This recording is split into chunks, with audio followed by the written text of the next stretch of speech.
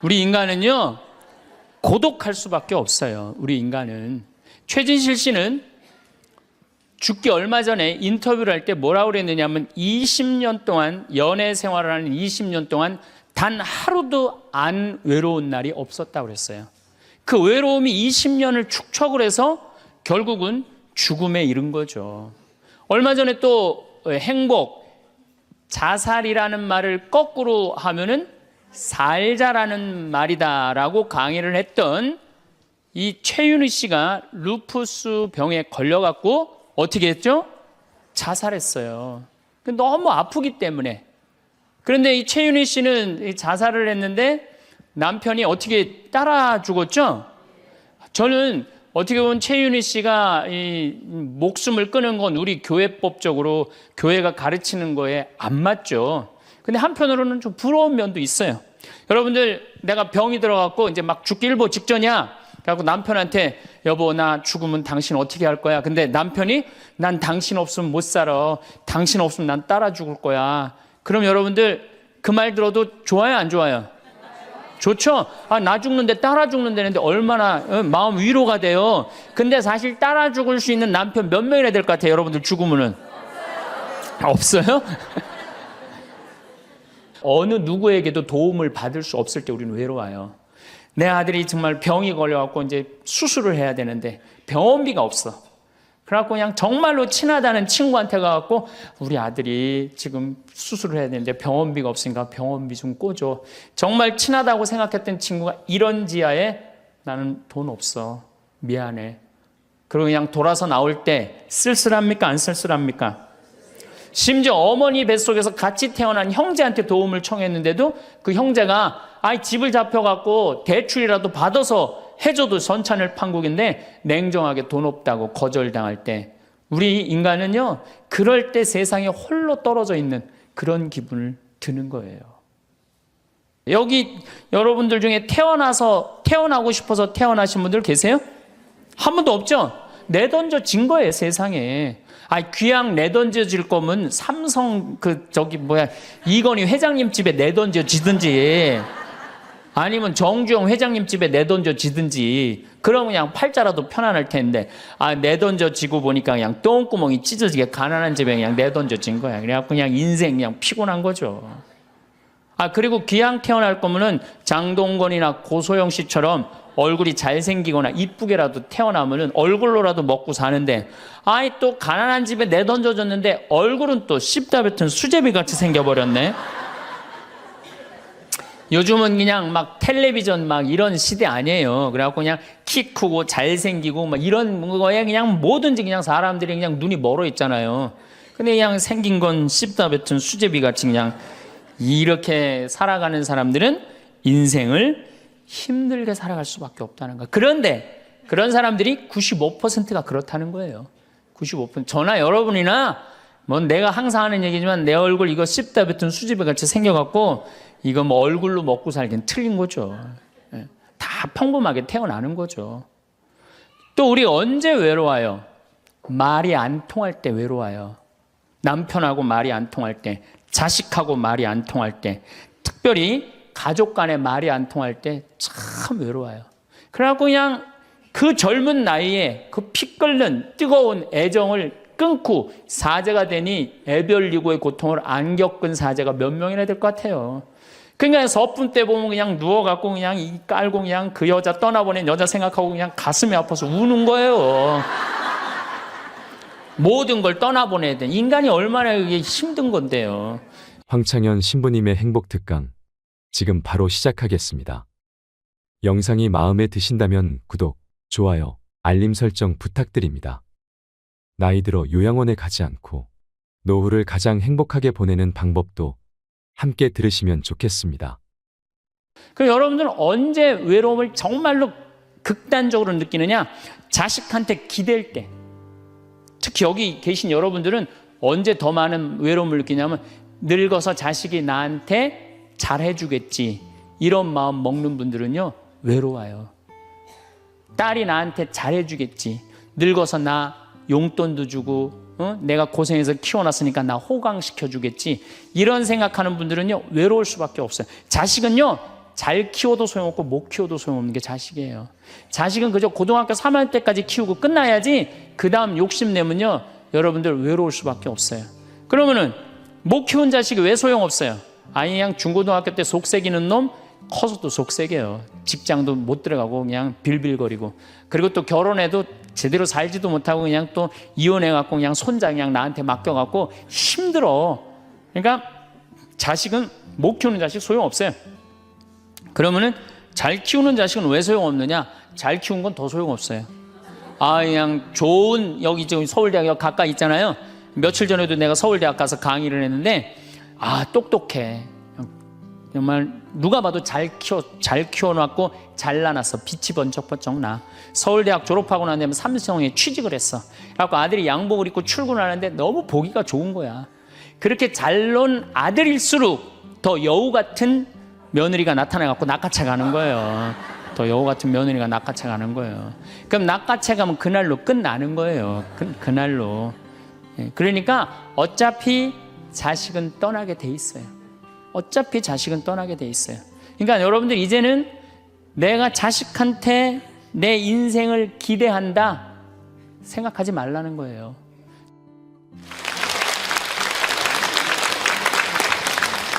천민수님 반갑습니다. 네. 오늘은 주제가 지난번에는 요즘 평화방송에 화나십니까? 라는 주제로 강의를 나가는데 오늘은 외로우십니까? 라는 주제로 강의를 하도록 하겠습니다. 여러분들 외로우세요? 안 외로우세요? 안 외로워요? 안 외로운 분들이 계세요? 외롭죠? 사실은 여기 계신 분들 중에 단 한 분도 안 외로우신 분은 없어요. 예, 아무리 행복한 사람이라도 문득 외로울 때가 있어요. 아무리 행복한 사람이라도. 여러분들 낙엽이 막 떨어지고 막 바람에 그냥 낙엽이 스산하게 막 날릴 때 그거 보면은 마음이 왠지 좀 쓸쓸하고 외롭지 않으세요? 예. 한 이불 덮고 사는 남편이 어느 날 그냥 등 돌리고 말도 안 하고 그냥 그러고 있으면은 외로워요, 안 외로워요? 우리 인간은요 고독할 수밖에 없어요. 우리 인간은. 최진실 씨는 죽기 얼마 전에 인터뷰를 할 때 뭐라고 그랬느냐면 20년 동안 연애 생활을 하는 20년 동안 단 하루도 안 외로운 날이 없었다고 그랬어요. 그 외로움이 20년을 축적을 해서 결국은 죽음에 이른 거죠. 얼마 전에 또 행복, 자살이라는 말을 거꾸로 하면은 살자라는 말이다라고 강의를 했던 이 최윤희 씨가 루푸스 병에 걸려갖고 어떻게 했죠? 자살했어요. 너무 아프기 때문에. 그런데 이 최윤희 씨는 자살을 했는데 남편이 어떻게 따라 죽었죠? 저는 어떻게 보면 최윤희 씨가 이 목숨을 끊은 건 우리 교회법적으로 교회가 가르치는 거에 안 맞죠. 근데 한편으로는 좀 부러운 면도 있어요. 여러분들 내가 병이 들어갖고 이제 막 죽기 일보 직전이야. 그래갖고 남편한테 여보 나 죽으면 당신 어떻게 할 거야? 근데 남편이 난 당신 없으면 못 살아. 당신 없으면 난 따라 죽을 거야. 그럼 여러분들 그 말 들어도 좋아요, 안 좋아요? 좋죠? 나 죽는데 따라 죽는다는데 얼마나 마음 위로가 돼요. 근데 사실 따라 죽을 수 있는 남편 몇 명이나 될 것 같아요, 여러분들 죽으면은? 없어요? 어쨌든 아무리 행복론을 강의했던 그 당사자도 그 병이라는 그 고통에 이기질 못했던 거죠. 그 예수님은 외로웠겠어요? 안 외로웠겠어요? 예수님도 외로웠어요. 예수님이요. 이 뭐라고 그러셨냐면 오늘 루카복음에 말씀이 나오지만은 예수님이 갈릴레아에서 예루살렘으로 올라가는데 중간에 사마리아라는 지역을 지나가면 지름길로 가세요. 그러니까 그 사마리아라는 동네를 딱 들어가려고 그러니까 사마리아 사람들이 예수님이 예루살렘에, 이 사마리아하고 예루살렘 사람들은 원수지간이에요. 그러니까 우리 동네를 지나서 예루살렘에 올라가는 걸 용납을 안 하세요. 용납을 안 합니다, 사마리아 사람들이. 그래서 우리 마을에 못 들어오게 해요. 그러니까 그냥 야고보하고 요한이 너무너무 화가 나갖고 뭐라고 그랬냐면 주님, 하늘에서 불을 내려다가 살라버릴까요? 그냥 불질러 버린다는 거죠. 우리를 안 받아들이니까. 그런데 예수님이 그들을 꾸짖고 돌아가세요. 그 마을을 돌아가고 난 다음에 그 마을 지나서 이런 말씀을 하세요. 하늘의 새도 보금자리가 있고 여우도 굴이 있지만 사람의 아들은 머리 둘 곳조차 없다. 이렇게 말씀하세요. 아니, 온 세상의 임금님이신 예수님조차도 이 세상에서 사시면서 뭐라고 그랬어요? 하늘의 새도 보금자리가 있고 여우도 굴이 있는데 사람의 아들은 머리 둘 곳조차 없다. 예수님도 외로우셨는데 여러분들이 뭐라고 안 외로워요? 네. 본당 신부님들이 가끔 사제가 돼서 본당 사목을 하다가 교우들하고 갈등을 일으켜요. 갈등을 일으키는데 교우들이 본당 신부님 본당에서 몰아낸다고 주교님한테 막 투서하고 막 연판장 막 돌리고 그럴 때 그 사제는 외로울까 안 외로울까요? 외롭죠. 왜? 정말로 하느님 나라를 위해서, 하느님의 교회를 위해서, 그 교회의 구성인 교우들을 위해서 장가도 안 가고 말이야, 혼자 독신으로 그 교우들을 위해서 온전히 삶을 봉헌했는데 그 교우들이 자기를 몰아낸다, 자기를 투소한다, 정말로 모든 걸 바쳤는데 그 바친 당사자들이 자기를 미워할 때 사제는 고독할까요? 안 고독할까요? 고독할 수밖에 없어요. 예수님 역시 가난하고 불쌍한 이들을 위해서 착한 일을 하는데도 유다인들은 예수님께 돌을 집어 던지려고 그래요. 예수님을 미워했어요.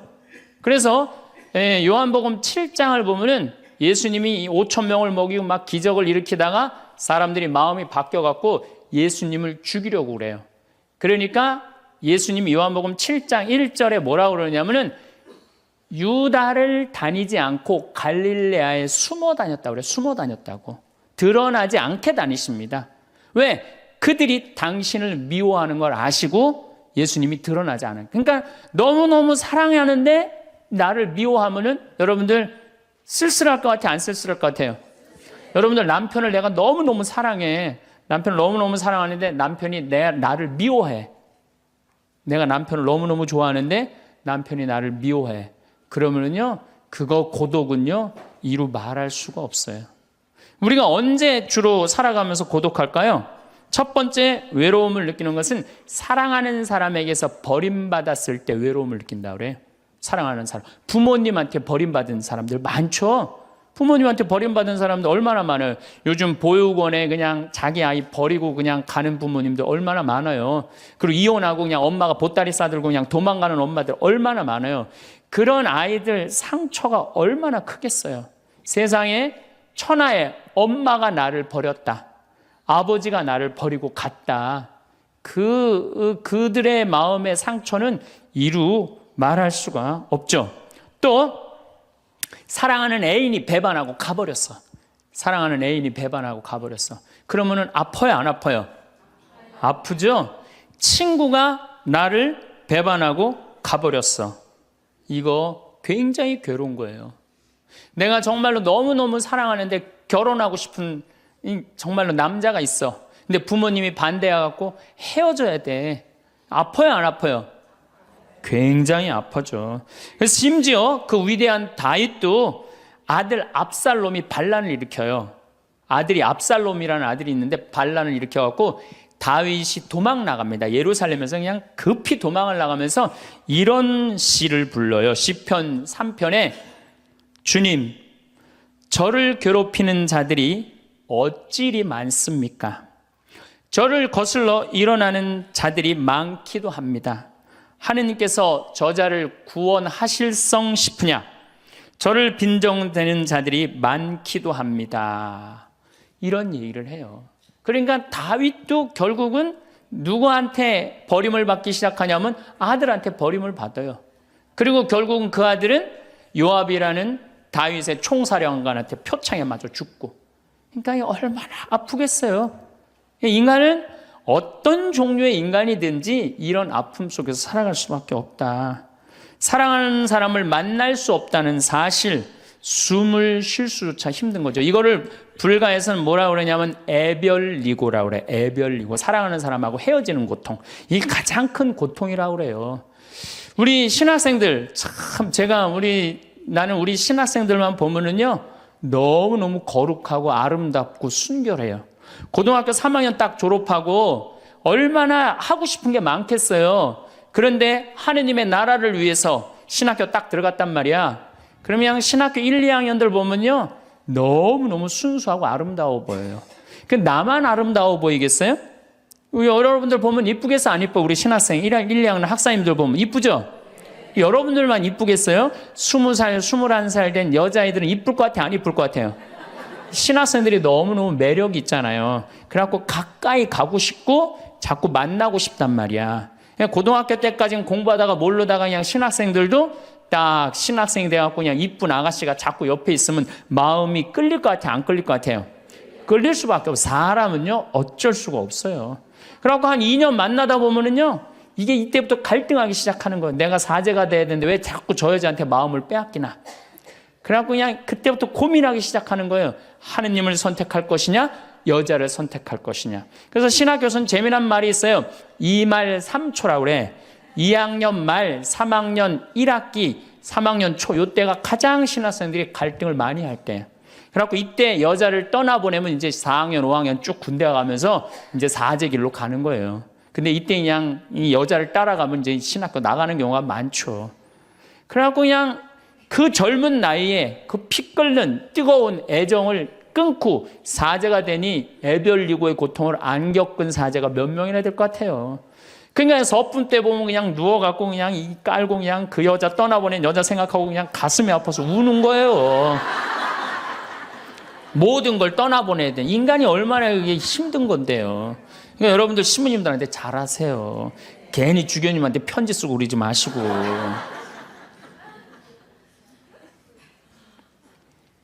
예수님은 마지막 날에 제자들이 예수님을 다 버리고 갔어요. 심지어 어떤 제자는 막 옷까지 그냥 삼배 옷까지 벗어 알몸으로 도망갔어. 그리고 오로지 예수님만 혼자 남았어요. 그러니까 예수님 외롭겠어요, 안 외롭겠어요? 외롭죠. 그러니까 예수님은 이런 말씀을 하신 거예요. 하늘의 새도 보금자리가 있고 여우도 굴이 있는데 사람의 아들은 머리 둘 곳조차 없다. 그건 맞는 말씀이에요. 두 번째, 우리가 주로 언제 외로워? 어느 누구에게도 도움을 받을 수 없을 때 우리는 외로워요. 내 아들이 정말 병이 걸려갖고 이제 수술을 해야 되는데 병원비가 없어. 그래갖고 그냥 정말로 친하다는 친구한테 가갖고 우리 아들이 지금 수술을 해야 되는데 병원비가 없으니까 병원비 좀 꿔줘. 정말 친하다고 생각했던 친구가 이런 지하에 나는 돈 없어. 미안해. 그리고 그냥 돌아서 나올 때 쓸쓸합니까? 안 쓸쓸합니까? 심지어 어머니 뱃속에서 같이 태어난 형제한테 도움을 청했는데도 그 형제가 집을 잡혀갖고 대출이라도 받아서 해줘도 전찬을 판국인데 냉정하게 돈 없다고 거절당할 때 우리 인간은요, 그럴 때 세상에 홀로 떨어져 있는 그런 기분을 드는 거예요. 또 언제 외로워요? 내가 40살, 이제 45, 46이 돼갖고 애 대학도 들어가야 돼갖고 학비도 지금 등록금도 준비해야 되고 아파트 부금도 보여야 되는데 그냥 직장 상사가 부르더니 해고 통지를 딱 했어. 그럼 이 40대 가장은 얼마나 쓸쓸하겠어요. 갈 데가 아무 데도 없는 거죠. 대학이라고 졸업은 해놨는데 나를 필요로 하는 데가 아무 데도 없네. 아무리 그냥 원서 지원서를 100통을 써도 그냥 나한테 연락해주는 사람 하나도 없어. 이럴 때 나를 필요로 하는 사람이 아무도 없을 때 우린 외로운 거예요. 더욱이 그냥 더 힘든 사람들은 어떤 사람들이에요? 철거민들. 갈 데는 없고 겨울은 다가오는데 그냥 내가 그냥 집을 다 부셔갖고 쫓겨날 때 그들의 그 외로움은 이건 또 이루 말할 수가 없죠. 그래서 인간으로 살아가는 한 외로울 수밖에 없어요. 그래서 하이데거라는 철학자는 뭐라고 하냐면 인간은 세상에 내던져진 존재라고. 내던져진 존재. 여기 여러분들 중에 태어나고 싶어서 태어나신 분들 계세요? 한 분도 없죠? 내던져진 거예요, 세상에. 귀양 내던져질 거면 삼성 이건희 회장님 집에 내던져지든지 아니면 정주영 회장님 집에 내던져지든지 그러면 그냥 팔자라도 편안할 텐데 내던져지고 보니까 그냥 똥구멍이 찢어지게 가난한 집에 그냥 내던져진 거야. 그래갖고 그냥 인생 그냥 피곤한 거죠. 그리고 귀양 태어날 거면은 장동건이나 고소영 씨처럼 얼굴이 잘생기거나 이쁘게라도 태어나면은 얼굴로라도 먹고 사는데, 또 가난한 집에 내던져졌는데 얼굴은 또 씹다 뱉은 수제비 같이 생겨버렸네. 요즘은 그냥 막 텔레비전 막 이런 시대 아니에요. 그래갖고 그냥 키 크고 잘생기고 막 이런 거에 그냥 뭐든지 그냥 사람들이 그냥 눈이 멀어 있잖아요. 근데 그냥 생긴 건 씹다 뱉은 수제비 같이 그냥 이렇게 살아가는 사람들은 인생을 힘들게 살아갈 수밖에 없다는 거. 그런데 그런 사람들이 95%가 그렇다는 거예요. 95%. 저나 여러분이나 뭐 내가 항상 하는 얘기지만 내 얼굴 이거 씹다 뱉은 수제비 같이 생겨갖고 이거 뭐 얼굴로 먹고 살기엔 틀린 거죠. 다 평범하게 태어나는 거죠. 또 우리 언제 외로워요? 말이 안 통할 때 외로워요. 남편하고 말이 안 통할 때, 자식하고 말이 안 통할 때, 특별히 가족 간에 말이 안 통할 때 참 외로워요. 제가 미국에 강의를 한 2년 동안 이렇게 쭉 다녀보니까 깜짝 놀라는 일이 있어요. 엄마 아빠는 영어를 못하고 애들은 영어만 하는 거예요. 그러니까 애들은 그냥 막 영어를 너무너무 잘하고 애들 하는 말을 엄마 아빠가 못 알아듣는 거예요. 그러니까 엄마 아빠하고 말이 안 통하는 거 애들하고 기본적인 거 밥 먹어라, 학교 갔다 와라 이거 외에는 말이 안 통하는 애들이 참 많더라고요. 정말로 그건 이제 점점 외로워지는 거죠. 그래서요, 뉴욕에요, 60세 넘은 할머니, 할아버지들이 작년에 한 60명이 자살을 했대요. 외로우니까. 우리 생태마을에 교감 선생님이 3개 국어를 해요. 생태학교라는 걸 운영하거든요. 3월 달부터 12월 달까지 우리 농사 짓고 기숙사 생활하고 생태 영성 배우고 이런 생태학교를 운영하는 이제 교감 선생님이 미국에서 스카웃을 해왔어요. 스카웃을 해왔는데 이 교감 선생님 아들이 미국 콜롬비아 대학 4년 장학생이에요. 미국에서 태어난 거죠. 나도 한번 만나봤는데 애가 굉장히 괜찮아요. 근데 얘가 이제 아버지 생일날 카드를 보낸 거예요. 한글을 배워서 삐뚤삐뚤한 글씨를 써갖고 편지를 보냈는데 딱 3줄 보냈어요. 아버지 사랑합니다. 아버지 생일 축하합니다. 그리고 맨 끝에 뭐라고 썼느냐면은 네 아들 윤진이가 이렇게 해서 보냈더라고요. 말이 안 통하는 거지. 말이 안 통하는 거지. 한국에서 보면은, 그런데 이게 미국 사회에서만 서로 말이 안 통하는 게 아니야. 한국에서도 퇴근을 했는데 부인이 남편을 투명인간 취급하는 부인들 많아요. 들어오거나 말거나 말도 안 하고 그냥 밥 차려놨으니까 먹으라고 그러고 사람 그냥 투명인간 취급하는 경우 많죠. 그렇죠? 자식들도 집에 와서 엄마 아버지한테 다소곳하게 하지 않고 자기 방에 쑥 들어가고 하루 종일 한 가족이 집에 살면서 5분 이상 대화를 안 한다는 거 아니에요. 이게 말이 안 통하니 이 집이 외롭겠어요, 안 외롭겠어요? 모이면 하루에 있었던 일 얘기하고 서로 그냥 다정하게 대화를 나눠야 되는데 우리가 지금 말이 안 통해 서로. 그 외로울 수밖에 없죠. 또 언제 외로워요?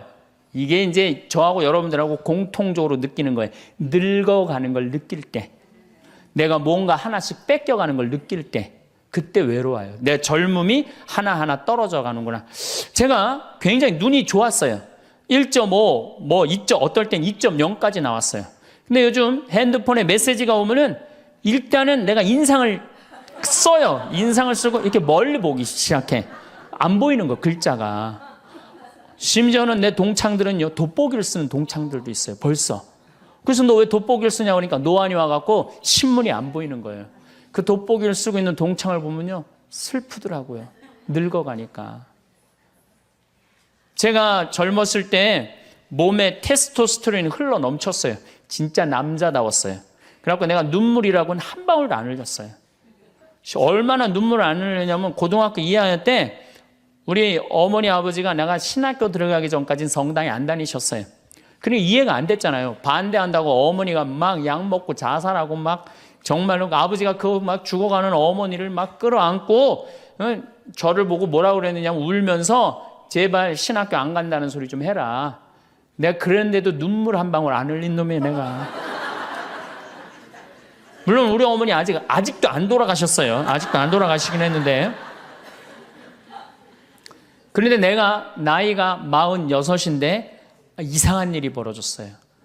내 몸에서 이제 테스토스테론은 안 나오고 남성 호르몬은 안 나오고 에스트로겐, 여성 호르몬이 나오는 모양인 것 같아요. 지난 2월 달에 우리 김연아 선수가 동계올림픽 금메달 땄잖아요. 따갖고 그냥 더욱이 또 우리 세례 받았잖아. 근데 내 딸이 그냥 금메달 따갖고 그냥 동해물가 올라가는데 그냥 그 묵주 반지가 딱 보이네. 눈물 한 방울 딱 떨어지는데, 아니 김연아 선수 눈물 한 방울 떨어지는데 왜 내 눈에서 눈물 10방울이 떨어져? 자동이야, 자동. 요즘은 그냥 텔레비전에서 슬픈 것만 봐도 어떻게 돼요? 눈물이 뚝뚝 떨어져요. 내가 이제 늙어가고 있는 거예요. 네. 내 몸에서 이제 여성 호르몬이 나와갖고 자꾸 감성적으로 되는 거예요. 감성적으로. 반대로 여자들은 몸에서 이제 에스트로겐은 안 나오고 테스토스테론이 나와요. 남성 호르몬이 나와요. 그래갖고 50 넘은 여자들을 보면요, 여자 같은 여자는 하나도 없어요. 깡패 같은 여자들만 그냥 천재 있어요. 깡패 같은 여자. 그냥 몸에서 근데 에스트로겐이 빠져나가면은요, 여성 호르몬이 빠져나가면은요, 기억력도 같이 빠져나간대. 기억력도. 그래갖고 그냥 장을 보러 나가야 되는데 그냥 지갑을 어디다 놔뒀는지 알 길이 없는 거야. 온 집안을 다 뒤져도 지갑이 없는 거예요. 그래갖고 열받는다고 냉장고 딱 열어보니까 김치통 위에다 지갑 딱 올려놔. 아이고, 내가 왜 이럴까? 내가 왜 이럴까? 심지어는 어떤 분은 막 1층에서 2층 올라가면서 올라가는 중간에 무슨 일을 하러 올라가는지 까먹는 분도 계세요. 그런 분들 많죠? 더 심각한 분은 어떤 분이냐면 1층하고 2층 중간에 서서 고민하기 시작하는 거예요. 과연 내가 지금 2층에서 내려오고 있는 중이었을까? 1층에서 올라오고 있는 중이었을까? 깜짝깜짝 놀라는 거죠. 심지어는 저는 어떤 분까지 봤느냐면은 핸드폰을 하면서 지금 내가 핸드폰을 찾는데 내 핸드폰 어디 있지? 이러고 있는 사람들도 있어요. 그런 분들도 있어요. 늙어가는 거죠. 늙어가는 건 굉장히 슬픈 거예요. 젊음을 빼앗기는 거, 이런 것들이 자꾸 우리를 슬프게 하죠. 한숨이 나오죠. 더욱이 아줌마들은요, 40이 넘으면 확 갑자기 몸에 얼굴이 열이 확 올라왔다가 열이 확 식었다가 그러죠. 감정의 기복도요, 막 기뻤다가 슬펐다가 분명해요. 울었다 웃었다가 분명해요. 그러면 자식 붙잡고 네가 인생을 어떻게 살라고 그러냐고 막 울다가 갑자기 그냥 성당 친구가 전화 오면은 언제 그랬냐는 듯이 내가 오늘 신부님을 강의를 들었는데 너무 재밌다고 막 깔깔깔깔거리고 막. 그러면 아들이, 딸이 엄마 도대체 왜 그래? 이 소리를 들으면요, 여러분들은 심각하게 늙어가고 있는 거예요. 엄마 도대체 왜 이래? 내가 이제 늙어가는 거죠. 그럴 때 우리 인간은 외로움을 느낀다는 거죠. 우리가 언제 외로울까요? 아플 때 외롭다 그래요. 아플 때. 구약의 유명한 욥은 온몸에 종기가 나서 사람들이 자기를 무시할 때 이런 노래를 부릅니다. 내 형제들은 내게서 멀어지고 내 친구들은 남이 되어 버렸다네. 친척과 친지들은 떨어져 나가고 집안 식객들은 나를 잊었으며 계집종들은 나를 낯선 자로 여기니 저들 눈에 나는 이방인이 되었다네. 내 입김은 아내에게 메스껍고 내 몸에 나는 악취를 자식들에게 풍긴다네. 어린 것들조차 나를 업신여기고 내가 일어서려고만 해도 나를 두고 비아냥거리네. 내게 가까운 동아리도 모두 나를 역겨워하고 내가 사랑하는 자들도 내게 등을 돌리는구려. 이 아픔은요, 이게 우리 인간이 아직 가장 서러울 때가 아플 때예요. 그건 내 남편도 필요 없고 자식도 필요 없을 때가 굉장히 많죠. 그렇죠? 아플 땐 그래요. 어떤 분이 그런 얘기를 하더라고요. 나하고 나이가 비슷한 분인데 자기가 고등학교 때 엄마가 참 자기를 사랑했는데도 불구하고 하루는 굉장히 토했대요. 근데 밤새 토했는데 엄마가 나 토하는 걸 아는데도 문 한 번 안 열어봤을 때 그렇게 외롭고 쓸쓸하고, 지금도 그 20몇 년 전 그 생각을 하면은 지금도 외롭고 섭섭하다는 거예요. 그러니까 우리가 가장 서러움을 많이 느낄 때, 언제 서러움을 많이, 아플 때, 나한테 무심하게 대할 때 우리가 서러움을 많이 느낀다는 거죠. 그래서 시편 69편에 이런 얘기가 있어요. 하느님, 저를 구하소서. 목까지 물이 들어찼습니다. 깊은 수렁 속에 빠져 발 디딜 데가 없습니다. 물속 깊은 곳으로 빠져 물살이 저를 지칩니다. 소리 지르느라 지치고 저의 목도 쉬었습니다. 저를 까닭없이 미워하는 자들이 제 머리카락보다 많습니다. 제가 빼앗지도 않았는데 물어내라 합니다. 저는 제 형제들에게 남이 되었고 제 어머니의 소생들에게 이방인이 되었습니다. 물살이 저를 지치지 못하고 깊은 물이 저를 집어삼키지 못하며 심연이 저를 삼켜 그 입을 다물지 못하게 하소서. 인간은 이렇게 누구나 다 힘들고 외롭다는 거예요. 하다못해 같은 이불을 덮고 사는 남편도 내 마음 몰라주고 나 비난하고 몰아세울 때 우리는 외롭고 고독해서 극단적인 방법을 선택하기도 해요. 여러분들 어때요? 우리 여기 자매님들 많으신데 남편 생일에 미역국 끓여주고 자식 생일에 미역국 끓여주고 시부모 생일에 미역국 다 끓여줬어. 근데 정작 내 생일을 미역국 끓여주는 사람 있어요? 네, 없죠?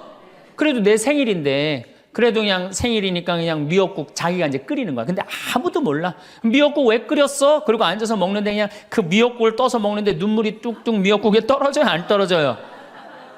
아무도 나를 몰라줄 때. 그래서 외로움을 많이 느끼는 분들이 여성 주부들이 많이 느낀대요. 애들은 공부하러 학교 다니고 남편은 직장 다니고 빈집을 지키고 있으면 그렇게 쓸쓸하대요. 그래서 이걸 뭐라고 그러냐면은 빈둥지 증후군이 있대요. 빈둥지 증후군. 빈둥지에서 그냥 혼자 그냥 굉장히 그러니까 40대 50대 주부 우울증이 그렇게 많은 거예요. 네, 그분들이. 그런데 놀랍게도 독신으로 사는 여성보다는 결혼한 여성이 더 외롭대요. 독신으로 사는 혼자 사는 여자는 자기가 처음부터 외로울 거라고 생각을 하고 혼자 그냥 미역국 끓여 먹으면 당연하게 생각을 하는 거야. 근데 결혼한 사람은 바라는 게 많잖아요. 근데 남이 안 해주면 더 외로운 거야. 근데 놀랍게도 더 놀라운 건 뭐냐? 40대 자살률을 보면은 여자보다도 남자가 3배 더 많이 죽는데요. 그러니까 여러분들보다 누가 더 많이 외로움을 탄다고 생각하시면 돼요? 남자가 더 많이 탄다고 생각하면 돼요. 이 인간이 다 외로운 거야. 어떻게 보면 다 불쌍해. 여기 있는 분들 한 분 한 분 예수님 오면 다 안아줄 거야. 너 그동안 외로웠구나. 내가 안아주마. 다 그럴 거예요. 여기서는 웃고 있지만 막상 돌아가서 집에 가보면 눈물을 흘리는 분들 많을 거라는 얘기죠. 저는 외로울 것 같아요? 안 외로울 것 같아요? 저도 외로워요. 제가 92년도 철산성당에서 보좌신부, 경기도 광명 철산성당에서 보좌신부를 했는데 한 12월 15일쯤 됐어요. 아이들이 연합고사 본 날이에요. 그래갖고 저녁 먹고 이제 성당을 이렇게 산책을 하는데 지하실에서 뭐 난리도 아니에요. 뭐 의자 부시는 소리에 뭐 비명 소리에 정신이 하나도 없더라고요. 그래서 내려가서 보니까 아이들이 소주를 먹고 어떻게 하느냐면은 뭐 난리도 아니야. 뭐 자기네들끼리 의자를 부시고 끌어안고 울고 별놈이 다 있더라고요. 별놈이 다 있어갖고 니네들 도대체 왜 그러느냐? 저는 중학교 아이들이 술 먹고 담배 피는 거 내가 본당 신부할 때 나한테 걸려도 난 한 번도 혼낸 적이 없어요. 애들. 왜 혼낸 적이 없냐면 내가 중고등학교 때 술, 담배 다 했거든. 뭘 혼을 내. 그래서 야 니네들 사제관에 좀 올라와 봐라. 신부님이 혼내지 않고 사제관으로 올라오라고 그랬고 딱 앉혔어요. 한 15명을. 남자 여자 다 앉아갖고 니네들 도대체 무슨 일 때문에 이렇게 술을 먹고 성당 기물을 부시냐 얘기를 좀 해봐라. 그랬더니 마침 그 아이 중에 한 아이가 엄마 아빠가 이혼을 한 거야. 자기네들끼리 위로해준다고 마침 시험도 끝나고 소주를 지금이야 18도 19도지만 그땐 24도짜리 소도 아니에요. 중학교 3학년 애들이 그거 먹고 그냥 필름이 끊어진 거죠. 그래갖고 이제 앉혀갖고 그냥 귀양 나온 얘기니 니네들 인생을 한번 얘기를 해봐라. 이제까지 살아온 거. 그랬더니 애들이 그냥 15년, 16년 살아온 인생 그냥 나름대로 그냥 쫙 밤 12시가 넘은 거예요. 그래갖고 오늘은 너무 늦었으니까 니네들 귀양 이렇게 술이 취했으니 집에 가지 말고 신부님 집에서 자라. 사족안에서 15명 다 집으로 전화해라. 만약에 엄마 아빠가 뭐라고 의심을 하면 나를 바꿔줘라. 그래갖고 내가 몇몇은 내 통화를 해갖고 내가 오늘 재울 테니까 걱정하지 말라고. 그리고 애들한테 니네들 술은 이렇게 먹는 게 아니다. 그래갖고 내가 또 꼬냑을 또 한 병 꺼내갖고 한 잔씩 딱 따라주면서 아이들하고 정말로 다정한 얘기를 했어요. 그러니까 아이들이 너무 좋잖아요. 술을 먹었는데 혼을 내기를 하나, 또 신부님이 방에서 재워주지, 자기 얘기 다 들어주지. 그래서 내가 2월 달에 발령을 받아갖고 떠나는데 가지 말라고. 애들이 일주일 동안 우는 거예요. 가지 말라고. 신부님 우리랑 살자고.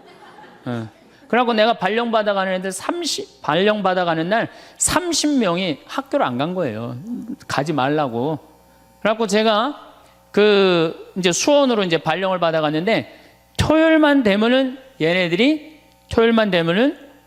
전철을 타고 내려오는 거예요. 토요일만 되면은 30명이. 그래갖고 한 주, 두 주 오다 말겠지. 그런데 애들이 3개월 동안 계속 내려오는 거예요. 나보고 싶다고. 생각해보니까 이렇게 하면 안 되겠더라고. 이렇게 끌고 다니다가는 10년 후에는 한 3,000명 끌고 다니겠더라고요. 그래서 사제는 본당을 떠나면은 인연을 끊어야 되는구나. 그때 깨달았어요. 그 다음 사제가 정말로 사목을 잘할 수 있도록 떠난 본당에 일체 연락하면 안 되고 떠난 본당 사람들하고 어울리면 안 되는구나. 그때 깨달았어요. 그래갖고 제가 이제 평택에서 이제 비전동 성당이라고 5년 초대 본당 신부를 했어요. 초대 본당 신부 했으니 교우들하고 얼마나 친했겠어요. 그 다음에 경기도 광주에서 능평 성당이라고 거기도 또 초대 본당 신부 5년을 했어요. 10년을 본당 신부로 하고 제가 지금 강원도 평창에 이제 갔잖아요. 6년 전에. 평창에 갔는데 내 첫 영명 축일 때 교우들이 신부님 축일 축하한다고 몇 명이나 왔냐면 200명이나 온 거예요. 기분이 너무너무 좋더라고요. 이야, 나를 잊지 않고 이렇게 200명이나 와줬구나. 그렇지만 저는 연락은 안 해, 개인적으로. 근데 둘째에 150명으로 줄어들었어요. 내 축일에. 셋째에는 100명으로 줄어들더라고요. 뭐 계속 연락은 안 하니까 넷째 해는 50명으로 줄어들었어요. 작년에는 30명으로 줄어들더니 올해 내 축일에는 17명이 딱 앞에 그냥 쭉 한 줄 앉아 있는데 외롭더라고요. 근데 사실은 그 200명에서 17명까지 줄어들 때 누가 연락을 안 하고 산 거예요? 내가 연락 안 하고 산 거예요. 사실은 그 외로움을 누가 먼저 만들었냐면 내가 먼저 만드는 거예요. 여러분들 외로운 분들 보면은요, 사실은 어떻게 보면은 다 본인이 담을 쌓고 살기 때문에 외로운 거지, 본인이 마음에 담을 허물면요 절대 안 외로워요. 근데 담 쌓고 사는 경우 많죠. 형제나 친척이 잘못하면은 내가 니네들하고 연락하고 사나 봐라. 그리고 딱 인연 끊어버리잖아요. 그러니까 우리가 외로움은 점점 우리를 더 힘들게 만들어요. 대한민국 사람들이 굉장히 외로운 것 같아요.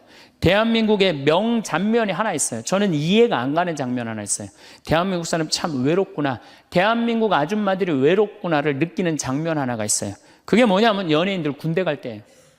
아니, 연예인들 군대 가는데 왜 아줌마 500명이 따라가? 자기 아들 군대 가는 것도 아닌데. 그래갖고 그냥 거기다가 막 기다린다고 그러고. 그러니까 어디 마음을 열어놓을 데가 없는데 그 연예인한테 마음을 열어놓고 사는데 그 연예인 2년 동안 안 보인다고 그러니 얼마나 슬퍼.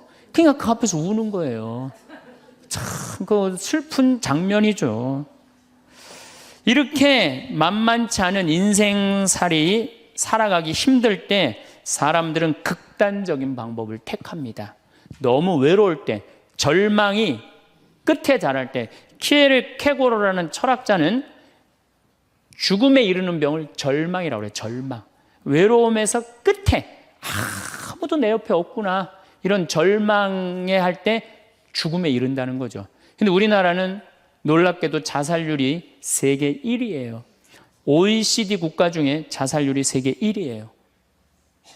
얼마나 많이 죽느냐 하면은 1년에 15,413명이 죽어요. 1년에.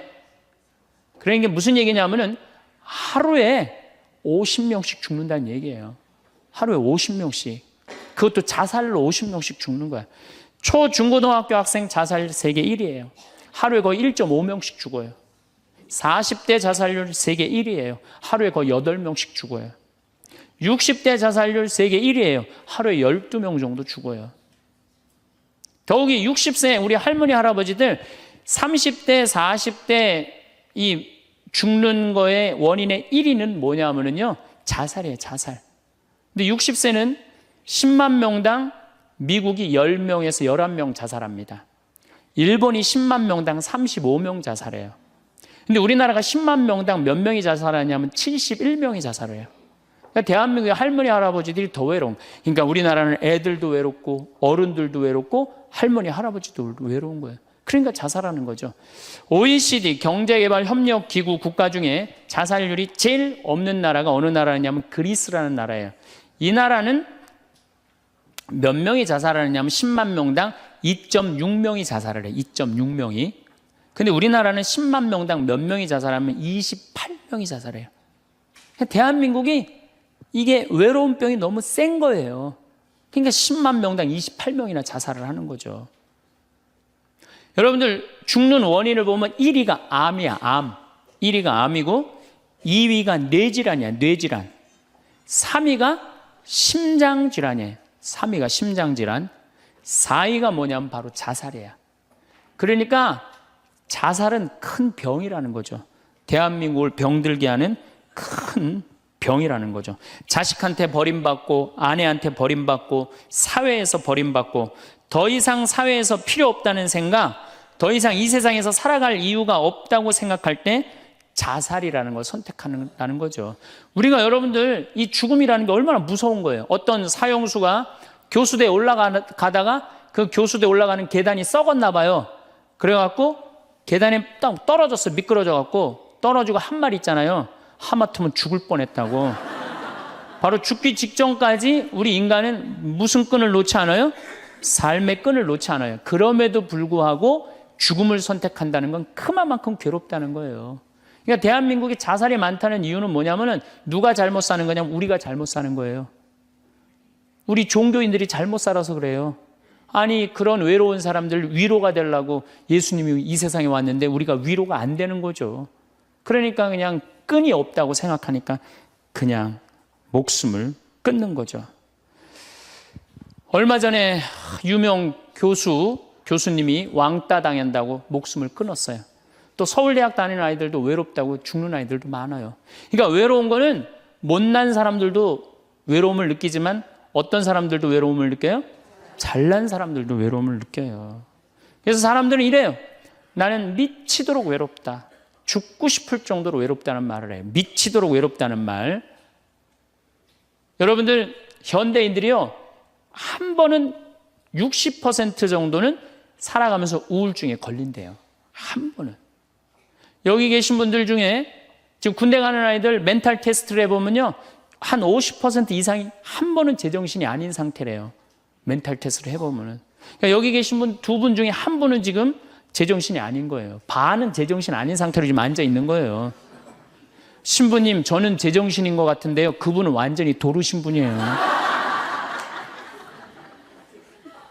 왜 제정신이 아닌 상태에서 우리가 지금 살고 있느냐?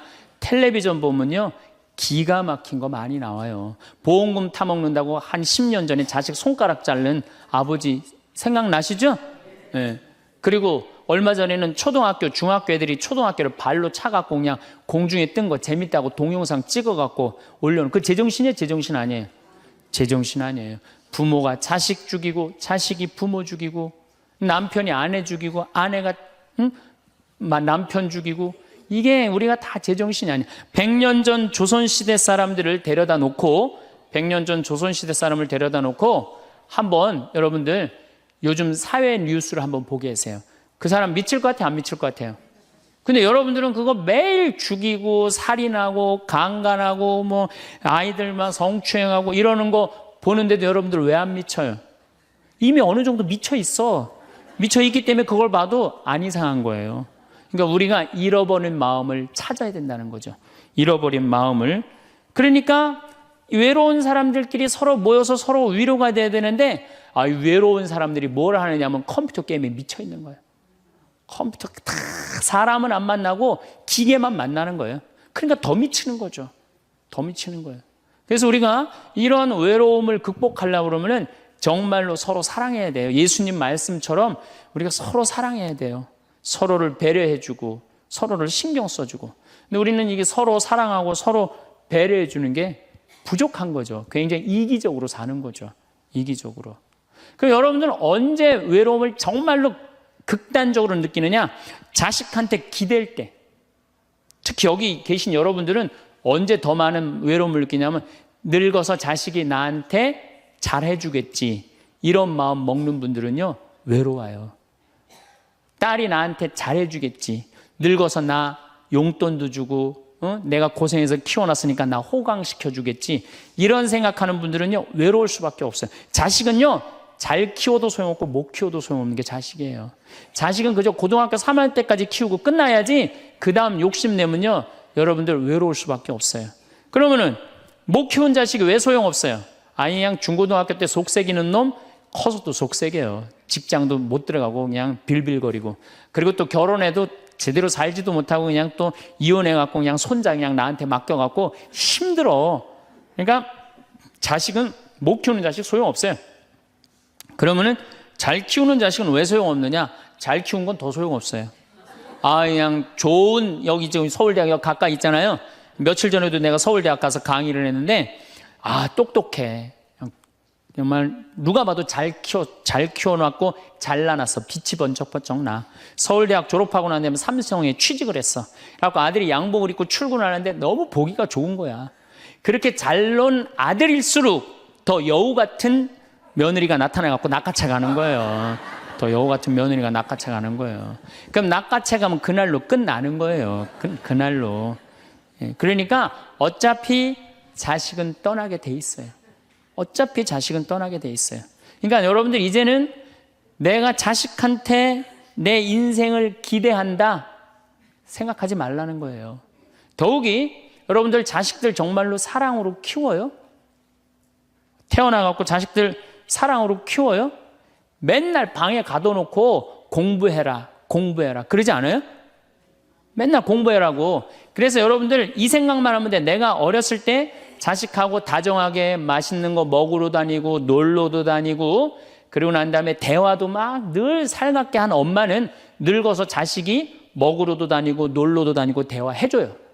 근데 어렸을 때 그냥 방에만 가둬놓고 매일 그냥 공부만 시키고 학원에 그냥 계속 가둬갖고 공부만 시킨 부모님들은 늙어서 자식이 어떻게 할 것 같아요?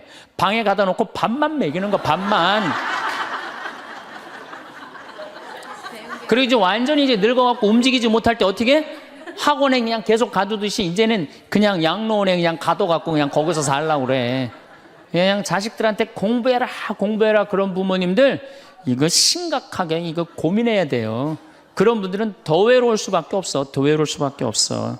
그러니까 보통 이제 초등학교 이제 1학년, 2학년 애들이 막 너무 6, 7살까지는 이쁘다가 초등학교 들어가면 막 공부를 안 하고 그러면요, 애들한테 엄마가 막 폭언을 하기 시작해요. 그래갖고 성적표를 받아왔는데 40점, 50점 이렇게 받아오면은 애들한테 그래요. 너 밥이 넘어가냐고. 어? 네가 잠이 오냐고. 너 지금 텔레비 봐야 되느냐고. 그래갖고 그냥 보통 공부 못하는 애들이요, 성격이 느긋한 애들이 공부 못해요. 내일 시험이라도 걱정 안 하고 느긋하게 있는 애들이 공부 못하는 거예요. 그렇죠? 그럼 그거 보고 있으면 엄마가 불이 나요, 안 나요? 그래서 느긋한 성격 가진 애를 그냥 괴롭히기 시작해. 욕을 해대는 거야. 초등학교 6년 욕을 한단 말이야. 그럼 애가 6년 지나가면 성격이 삐뚤어져요. 아, 공부 못해도 우리 아들 착하다, 우리 딸 예쁘다, 우리 아들 성격 좋다. 그러면 6학년 때까지 성격 안 삐뚤어지거든요. 근데 6년 내내 엄마가 욕을 하는 거야.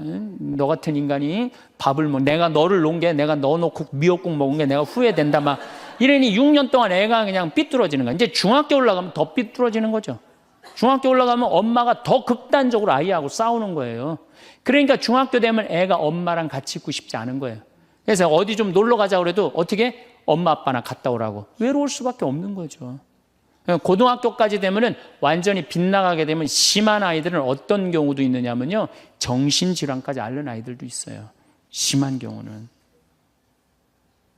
그래서 보통 엄마들이 어느 정도로 우리가 정말로 한심하냐 하면은 이제 자기 아이가 태어나면은 꿈에 부풀어 있는 거예요. 자기 아이가 천재인 줄 아는 거, 천재. 그래갖고 막 엄마, 아빠 그러면 막 천재가 말하는 것 같은 거야. 막 1살, 2살짜리. 그래갖고 내 아들 천재, 내 딸 천재라고 우유를 먹여도 아인슈타인만 먹여요. 천재 먹으라고. 아인슈타인 우유만 먹는 거야. 애가 그냥. 그래갖고 그냥 초등학교 들어갔는데 이놈이 천재인 줄 알았더니 섞어 놓으니까 아인슈타인 정도는 아닌 것 같아. 그래서 우유를 바꿉니다. 서울 우유로 바꾸는 거야. 서울 우유로. 그래서 서울대학은 가라고 서울로 바꾸는 거야.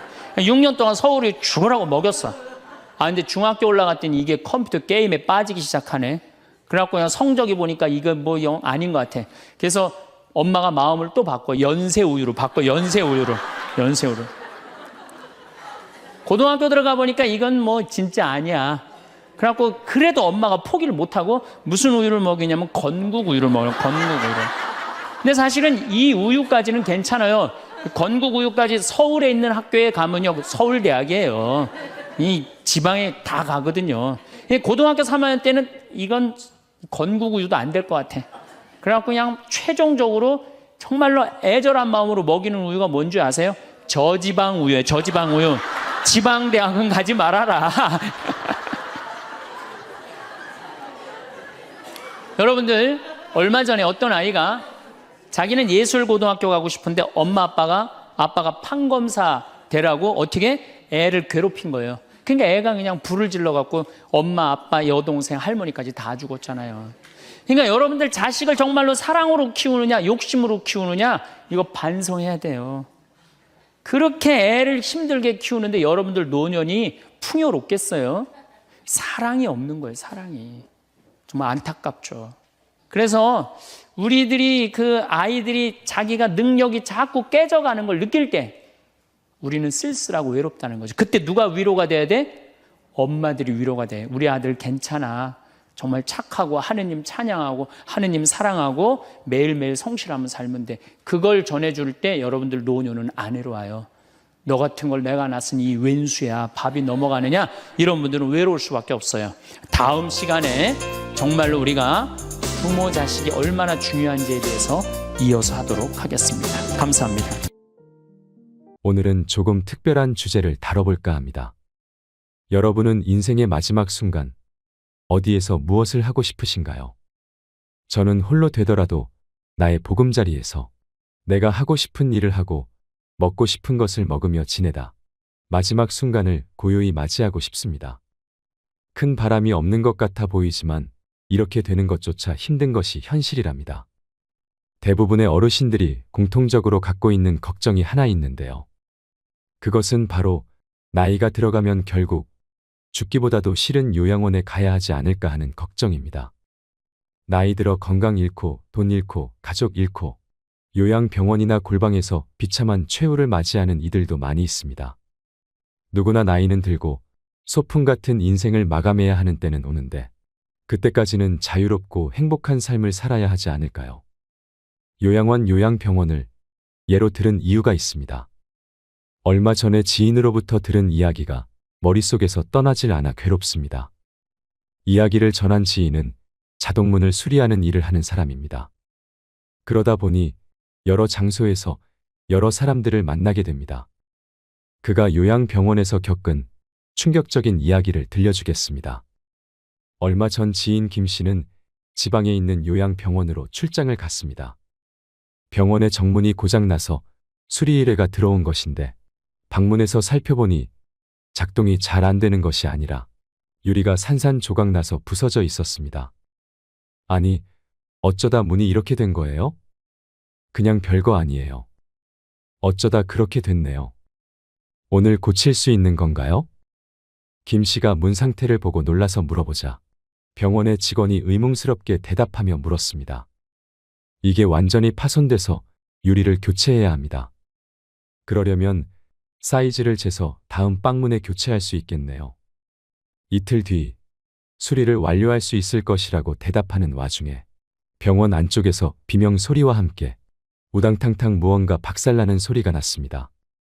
어이쿠, 무슨 일이 있나 본데요. 김 씨가 안쪽을 기웃대며 말하자 직원은 사색이 되어 잠시 기다리라는 말을 남기고 사라졌습니다. 몇 분 뒤 나타난 직원이 말했습니다. 저기 혹시 자동문이 아니라 일반 여닫이 문도 고치실 수 있나요? 문이 또 고장 났나요? 직원을 따라 안쪽의 병실로 향한 김 씨는 부서져 있는 문을 보고 의아해했습니다. 무언가로 내려친 흔적과 함께 경첩이 뜯겨 문이 간신히 제자리에 매달려 있는 것 아니겠습니까? 그러자 직원이 머뭇거리며 말했습니다. 사실 여기 계신 할머니가 자꾸 문을 부서뜨리네요. 아니, 힘도 좋으시네요. 그러니까요. 의자로 내려치셨나 봐요. 김 씨가 병실 안을 들여다보았지만 할머니는 보이지 않았습니다. 이 부서진 부분은 제가 어쩔 수 없고 이 문은 이틀 뒤에 자동문 고치면서 고쳐드릴게요. 경첩이 떨어져 나간 부분만 우선 붙여드릴게요. 그리고 나서 이틀 뒤 김 씨는 수리를 마무리하려고 다시 요양병원을 방문하였습니다. 여닫이 문에 경첩을 고정하려고 병실로 들어간 김 씨는 범인을 마주했습니다. 문을 부순 할머니가 침대를 정리하고 가방을 챙기고 있었습니다. 금방이라도 퇴원을 할 것 같은 모습이었습니다. 그리고 나선 가방을 끌어안고 침대에 멍하니 앉아있는 할머니를 힐끔 쳐다본 김 씨는 하던 일에 다시 눈을 돌렸습니다. 그때 할머니가 김 씨에게 말을 걸었습니다. 고쳐봐야 소용없어요. 내가 다시 뜯어버릴 거니까. 평온한 표정으로 그렇지 않은 내용의 말을 하는 할머니가 무서웠습니다. 장소가 장소인지라 할머니가 갑자기 해코지라도 할까봐 겁이 나지 않겠습니까? 못 들은 척 작업을 하던 김 씨에게 할머니가 또 다시 말했습니다. 아저씨, 여기는 이름은 병원인데 살려고 오는 곳이 아니라 죽으려고 오는 곳이에요. 네. 내가 다리가 조금 불편한데 자꾸 밧줄로 다리를 묶어놔요. 놀란 김 씨가 황급히 할머니의 다리를 쳐다보았는데 묶어놨다는 밧줄은 보이지 않았습니다. 안도의 한숨을 쉰 김 씨는 할머니가 치매가 있으신가 보다 생각하였습니다. 내 말을 안 믿네요. 우리 아들도 안 믿는데 아저씨가 믿겠어요. 묶어놓고 약도 먹이는데 다리가 낫는 약인지 무슨 약인지 모르겠네요. 계속되는 할머니의 말에 김 씨는 대꾸하는 신용이라도 하기 위해 대답하였습니다. 아, 지금 퇴원하시나 봐요? 곧 우리 아들이 데리러 올 거라서요. 네 하고 대충 대답한 김 씨는 얼른 경첩을 달고 정문으로 되돌아 나왔습니다. 그리고 나서 자동문 유리를 교체하는 와중에 또 소란스러운 소리가 들려왔습니다. 고함치는 소리가 가까워지는 순간 병원 복도 안쪽에서 아까 마주쳤던 할머니가 튀어나오는 것이 아니겠습니까? 이놈들아, 문 열어. 내보내줘. 이 나쁜 놈들.